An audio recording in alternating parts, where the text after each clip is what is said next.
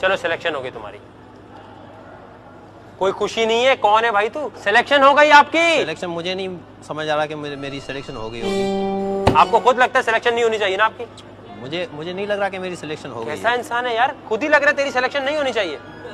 मैं चाह रहा हूँ मैंने कहा सिलेक्शन, मैं जिसकी सिलेक्शन बोल, सुन तो ले पहले मेरी बात। तुम्हें खुद पता है तुम्हारी सिलेक्शन नहीं होनी चाहिए। मैं चाह रहा हूँ कि मेरी सिलेक्शन हो। अबे तो मैंने क्या बोले? मगर मुझे यकीन नहीं आ रहा कि मेरी सिलेक्शन हो गई है या नहीं हुई है। अबे कौन है यार तू? मेरी सिलेक्शन हो गई है। हाँ मेरी सिलेक्शन हो गई है। अबे किसी ने भेजा है मेरे पे, छोड़ा है? नहीं, मुझे यकीन नहीं आ रहा कि मेरी सिलेक्शन हो सकती है। यानी मैं बेवकूफ हूँ? नहीं, मैंने कब कहा? रिजेक्ट कर दूं?